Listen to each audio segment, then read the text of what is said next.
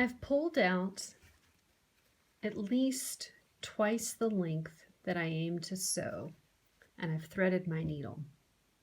I need to have a knot at the end of the needle, and I found that a quilter's knot is the easiest way to go. At least this is what I was taught, was the quilter's knot. I'll demonstrate left-handed first because I am left-handed, and then we'll have fun seeing if I can manage to do it right-handed as well. Place your needle between your thumb and your third finger.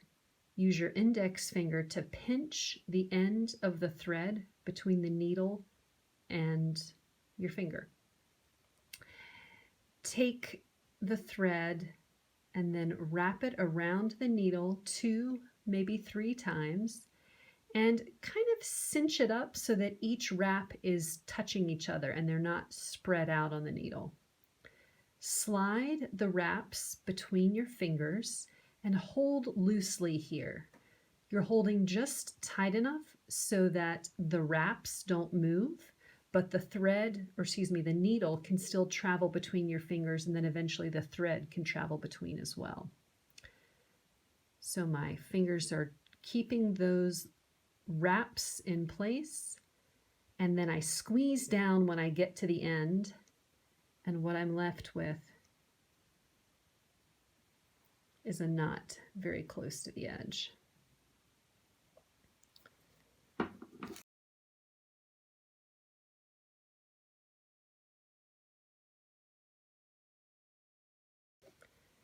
We do this right-handed. Hold the needle between your third finger and your thumb, and then take the end of the thread and place it between the needle and your index finger. Wrap around 2, maybe 3 times, and then cinch them up so that they are touching each other. Ooh, I don't know if I can get my thumb up there. Pinch it lightly enough so that the needle can pass through, but the wraps stay in place. Oops. And if you happen to let go, you might be able to salvage it. Let's see. Somehow it still managed to work. There's a little tiny knot there. I think I'm going to call it a win.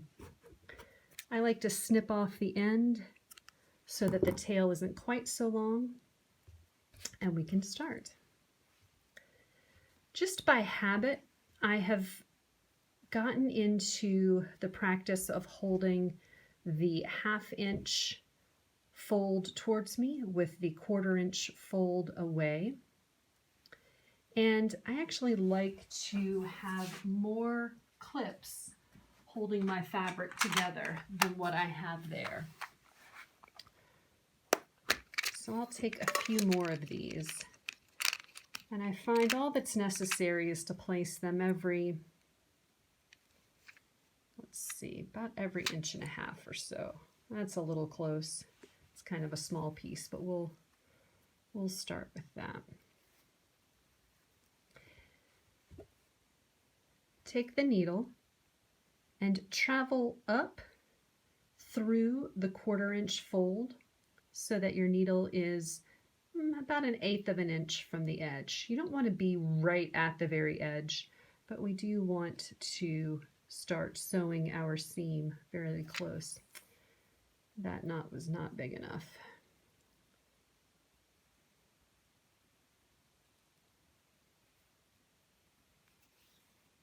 All right, now we've got a big one there. So let the needle travel up through the 1/4 inch fold. Pull the thread so that the knot rests inside the fold. This next stitch will be the only stitch that you do where you just grab one side until we get to the end, that is. But you will start and you will just clip or just let the needle pass through the top little bit. I am not letting it go that far down.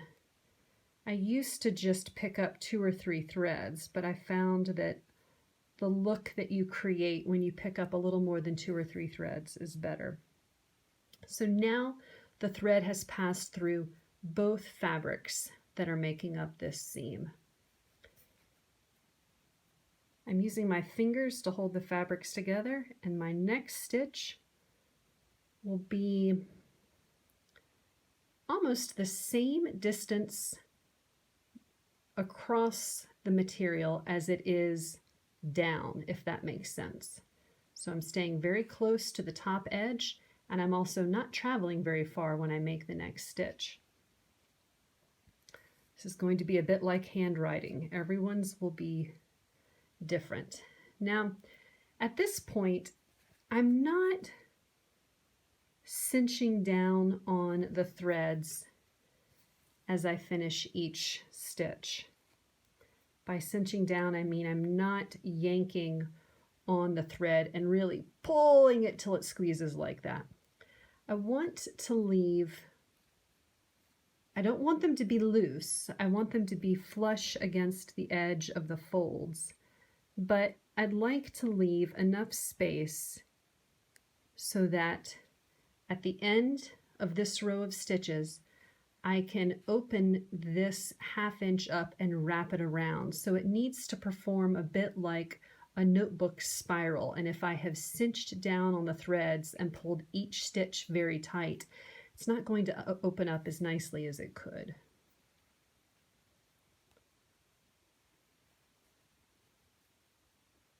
The first 6 stitches require a little bit of careful placement, and sometimes, as just happened, it gets sort of snagged on the end of the material. But you'll find that you pick up speed the more you stitch and the further along you get down the seam.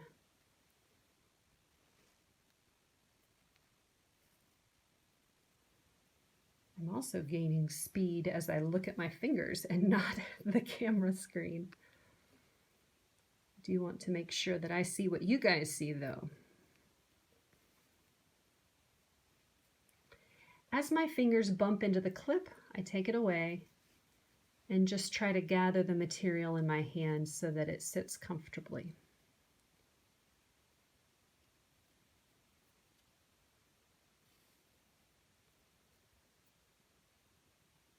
It may be tempting to really stress about how far you're placing your needle, but remember, these first couple of pieces are small enough and they're scraps. If you like them, you can save them and use them in your work. But if you find that you don't like your stitches when you're done, you haven't invested that much time in it and you can toss them aside.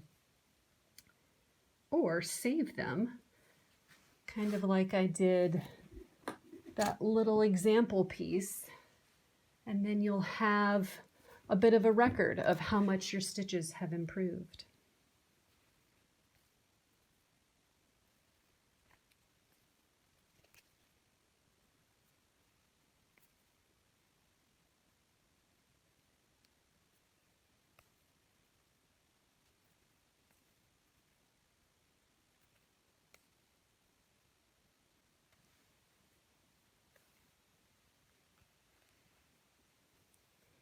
After you've traveled for a little while and made many, many stitches, I find that it can be helpful to hold the material and let the needle dangle. And what you may find is that the needle, the thread, as you have done your stitches and looped through, your thread becomes a bit twisted, and letting the needle hang and letting the thread untwist will help you, will help avoid knots in the future.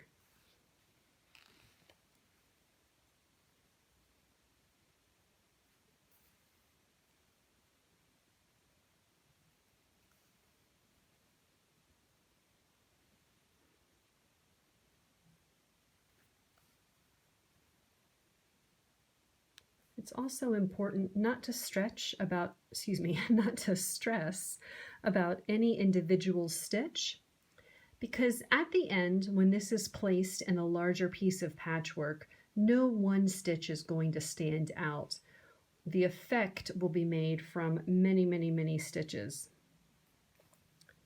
And if you get bogged down and focus on each one, the stitching will be pretty slow and tedious.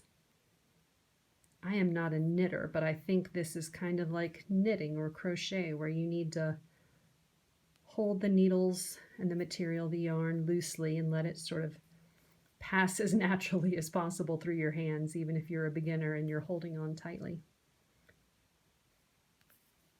All right, once we get to the end, I make my last stitch very close to the previous one, and I let the tail get pinned down first by that stitch, and then I just repeat it. So I'm looping my needle and my thread back through. So now the tail has been cinched down twice. And like I mentioned earlier, I have washed these with high agitation using detergent and drying them on high heat with a pretty aggressive spin. And I have found that that little double knot suffices just fine. Now this little tail that we have here is going to be closed in when we wrap this around. But this is what I meant by earlier when we just have a little knot hanging out. You may find techniques that work for you for burying it, but I just leave mine right there.